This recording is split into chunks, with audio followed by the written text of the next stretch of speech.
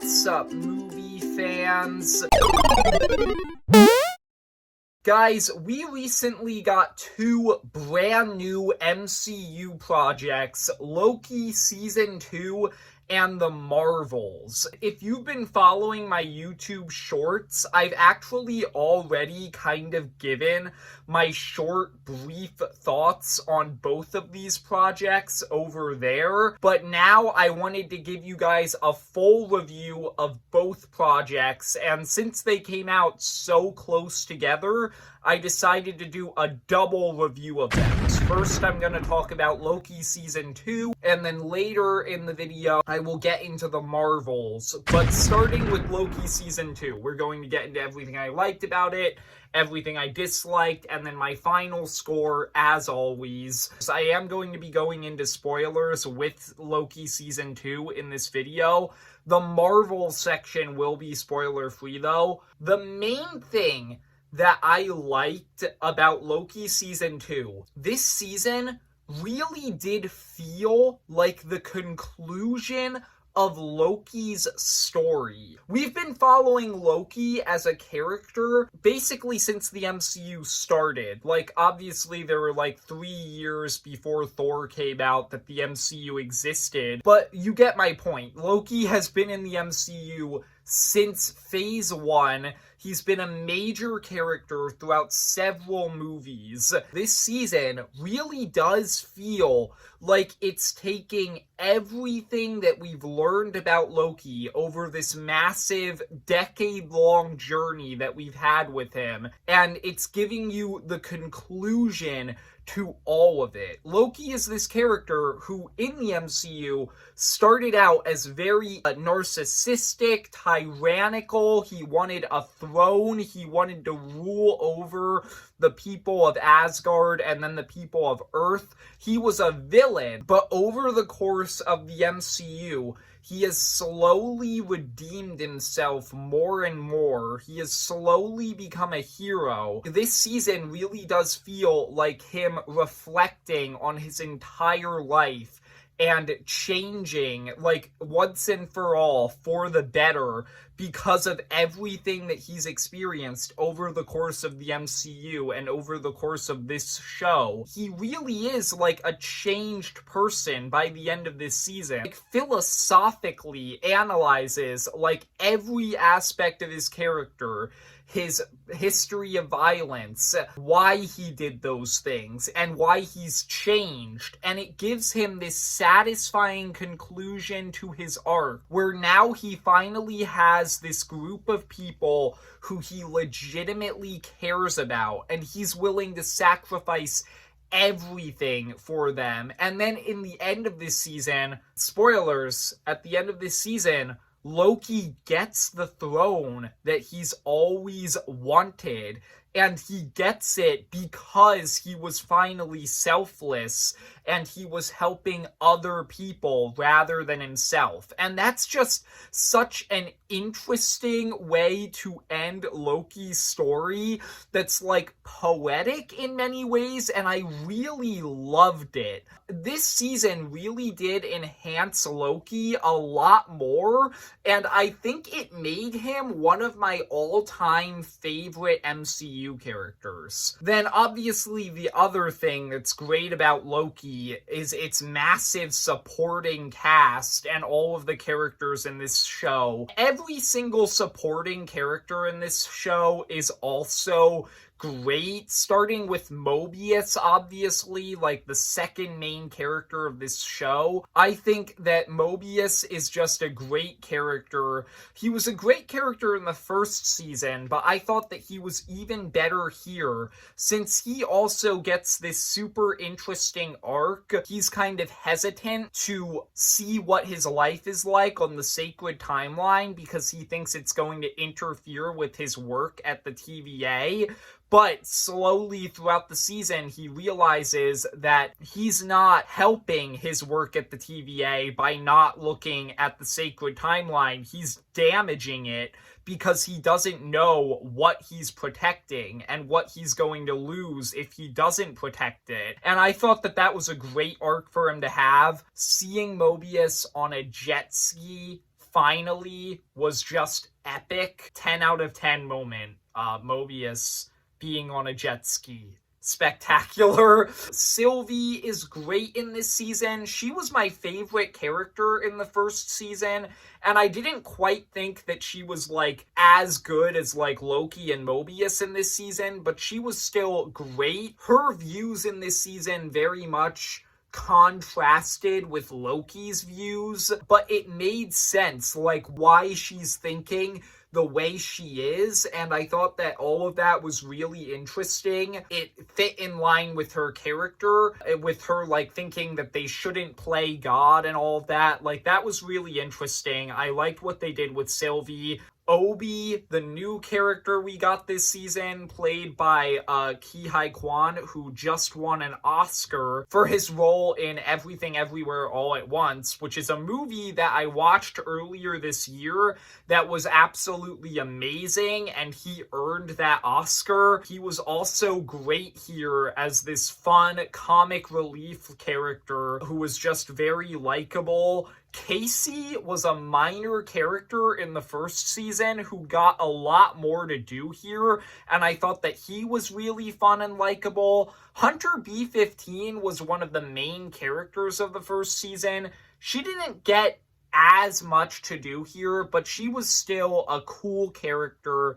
I liked the things that they did do with her, even though there wasn't a lot of stuff. We got a new Kang the Conqueror variant in this season, Victor Timely. And Victor Timely was really interesting compared to the other Kang the Conqueror variants, because unlike the other Kang the Conqueror variants, Victor Timely isn't evil. He's a genuinely well-meaning guy who is very ambitious, but he's not evil. And I thought that that was a really interesting concept that I thought was done really well here. I really liked just, like, getting this Kang the Conqueror variant who's very different from the other two that we've seen so far. And Jonathan Majors did a great job portraying this Kang variant differently from how he did He Who Remains and Kang the Conqueror. The main villains this season were Ravonna Renslayer and Miss Minutes, two villains from the first season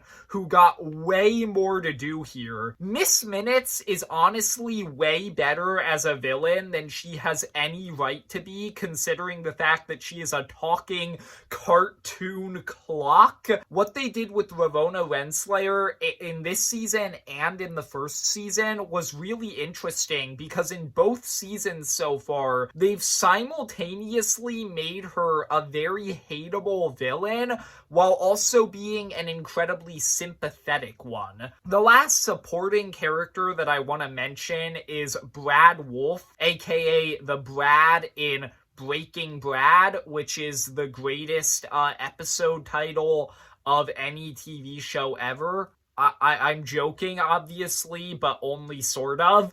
Brad Wolf was a super fun, like, side villain in this season who was just kind of this sneaky, manipulative guy who I really enjoyed over the course of this season, and I just wanted to quickly mention him. The other thing that I really liked about Loki Season 2, besides all the characters, the stakes in this season are so high. And they feel so high. You really do feel like the entire multiverse is in danger in this season. And it kind of gets depressing in, like, the last two episodes as you see all of these realities getting wiped out and all of these lives ending. You really feel the weight of it. So I thought that that was really well done. So yeah, overall, that's everything I liked about Loki Season 2. Getting into the things that I disliked, I thought that episodes 1 and 2 could have been a little bit better. Episode 1 was a little bit slow, and I also thought that the way it introduced information was a little bit confusing, and I thought episode 2 maybe had a little bit too much going on. That's really it. That's everything I disliked about Loki Season 2. Overall, Loki Season 2 was absolutely amazing. I was shocked with how much I loved Loki Season 2. I really liked Loki Season 1, but this season was just on another level. This is easily the best MCU Disney Plus show season that we have gotten so far. Even better than WandaVision, which I absolutely love. But Loki Season 2, it was better than WandaVision. Okay, so that's everything about Loki Season 2. Now let's get into the Marvels, the other Marvel project that recently came out. It is a movie. It's the sequel to Captain Marvel, Miss Marvel, and also sort of WandaVision. It's like a big crossover event film between all of those characters. Yeah, let's get into the Marvels, starting with everything I liked about it. The main thing that I really liked about the Marvels was I just thought it was funny. I just thought that this movie was kind of fun. There were several moments in this movie that I laughed out loud at. I thought that the chemistry between our three leads, Carol Danvers, Kamala Khan, Monica Rambeau, the three of them were just really fun together, and they were also really fun separately. This movie actually improved my thoughts on Captain Marvel as a character a lot more, because I've never really loved her as a character, but this movie actually improved her a lot, in my opinion. It made her very likable. I've always enjoyed Monica Rambeau and Miss Marvel. I thought that Monica Rambeau was probably my least favorite of the main three in this movie, but she was still fun. Miss Marvel was easily the best character in this movie, like by a landslide. She was the funniest, she was the most entertaining,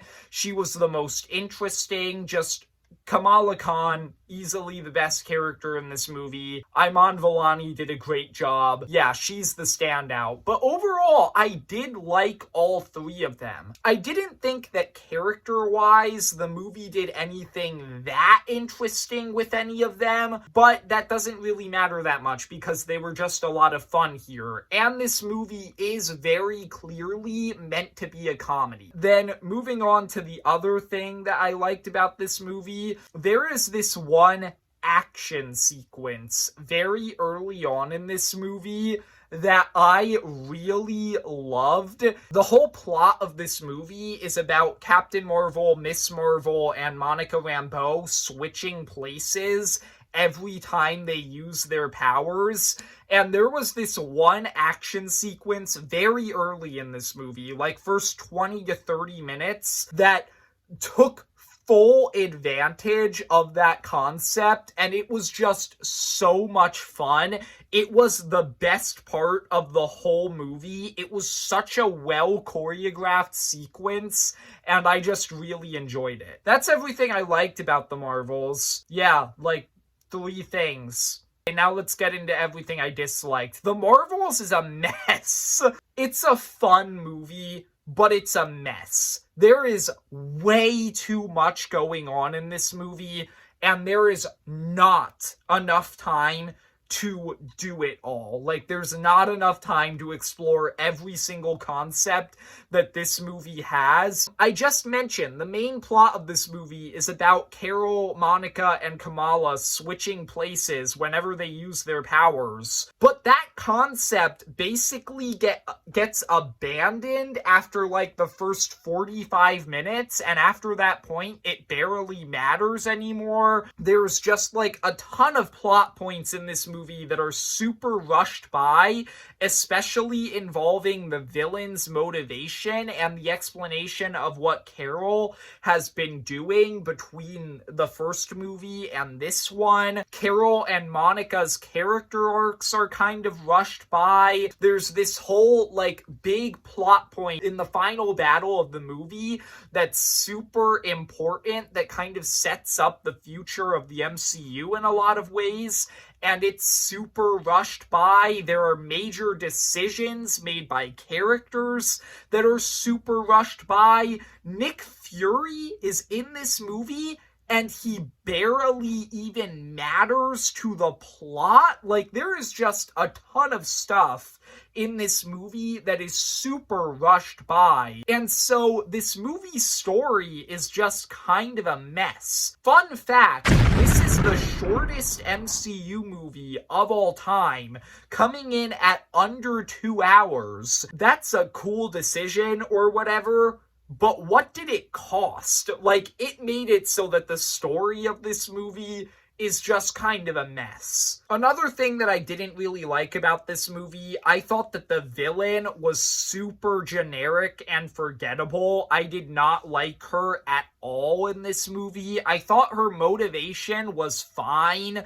but the performance just made her really forgettable. She's probably one of the worst MCU villains that we've gotten in a long time. And then the final thing that I disliked about this movie, there were 2 sequences in this movie that were just like really, really goofy. One of them was goofy in a fun way that I actually really enjoyed. You'll know the sequence that I'm talking about. It's the one involving Goose the Flurkid, and that sequence was actually kind of fun. But there is another really goofy sequence in this movie where while I was watching it, I was just thinking to myself, this is too much. Like, this is way too weird and silly for the MCU. I did not enjoy that sequence. I thought that it was funny, but in a bad way. Like, I did not think that that sequence needed to be in this movie. So overall, The Marvels was kind of just meh. I don't know. I didn't hate it as much as other people have been hating it recently, but it's certainly not a good movie. I'm gonna give it a 5 out of 10. I still enjoyed it. I thought it was funny, but it's very messy. There you go. Those are my thoughts on Loki Season 2 and The Marvels. I loved Loki Season 2, thought it was one of the best MCU television seasons we've gotten so far. I think that if you're going to see The Marvels, you should wait until it comes onto Disney+. Overall, I hope you enjoyed. If you did, leave a like and subscribe. Comment down below, what did you think of Loki Season 2 and The Marvels if you've seen them? And see ya, movie fans.